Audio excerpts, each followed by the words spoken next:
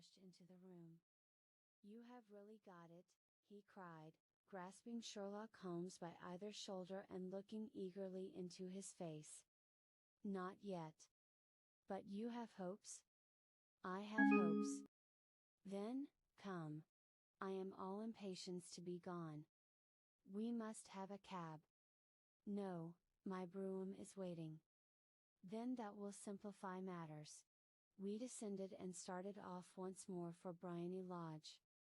"Irene Adler is married," remarked Holmes. "Married? When?" "Yesterday." "But to whom?" "To an English lawyer named Norton." "But she could not love him." "I am in hopes that she does." "And why in hopes?" "Because it would spare your Majesty all fear of future annoyance.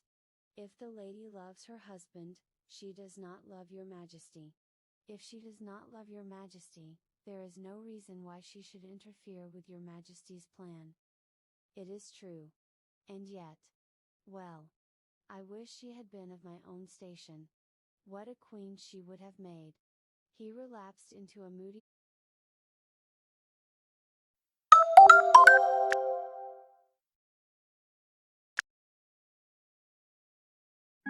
silence, which was not broken until we drew up in Serpentine Avenue.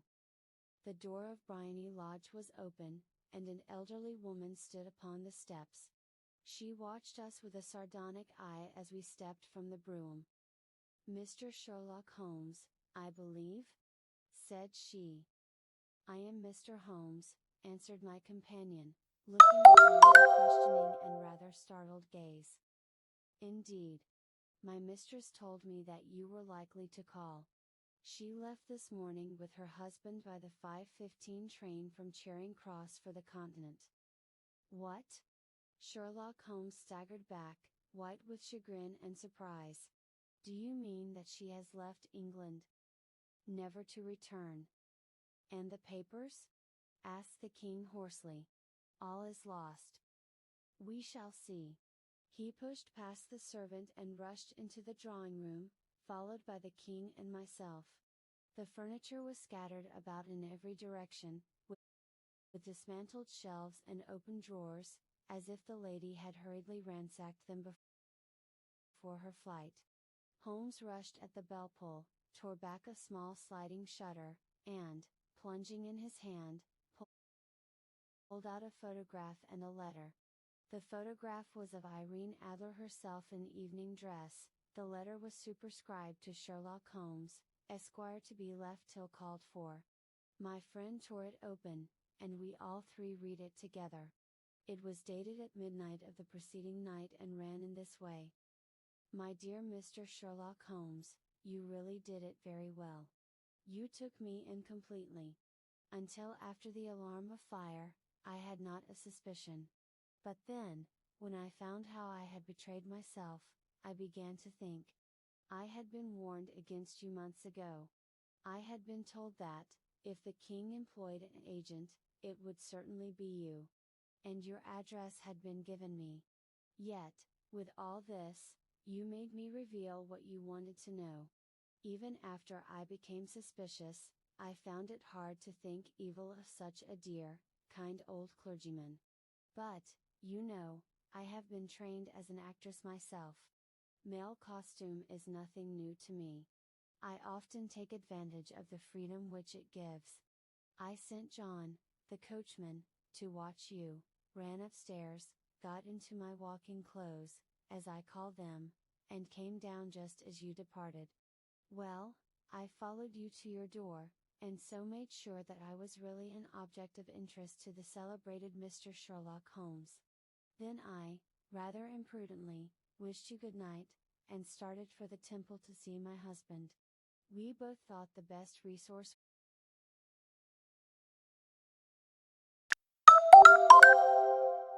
was flight, when pursued by so formidable an antagonist, so you will find the nest empty when you call tomorrow.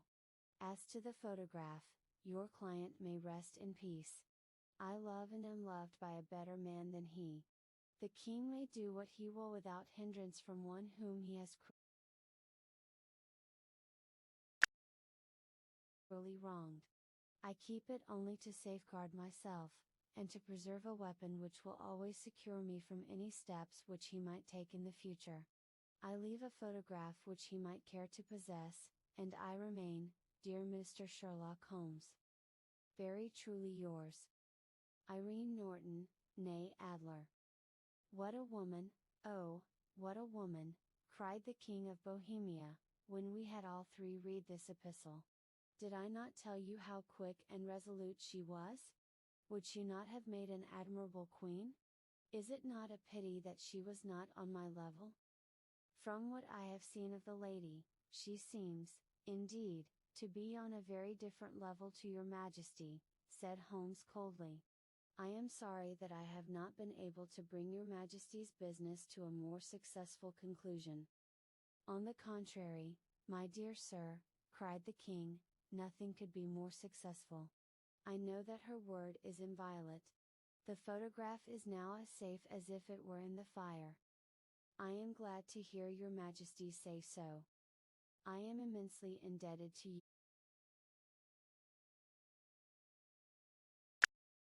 you. Pray tell me in what way I can reward you. This ring, he slipped an emerald snake ring from his finger and held it out upon the palm of his hand. Your Majesty has something which I should value even more highly, said Holmes. You have but to name it. This photograph. The King stared at him in amazement. Irene's photograph, he cried. Certainly, if you wish it. I thank your Majesty. Then there is no more to be done in the matter. I have the honor to wish you a very good morning. He bowed, and, turning away without observing the hand which the King had stretched out to him, he set off in my company for his chambers. And that was how a great scandal threatened to affect the kingdom of Bohemia, and how the best plans of Mr. Sherlock Holmes were beaten by a woman's wit. He used to make merry over the cleverness of women, but I have not heard him do it of late. And when he speaks of Irene Adler, or when he refers to her photograph, it is always under the honorable title of the woman.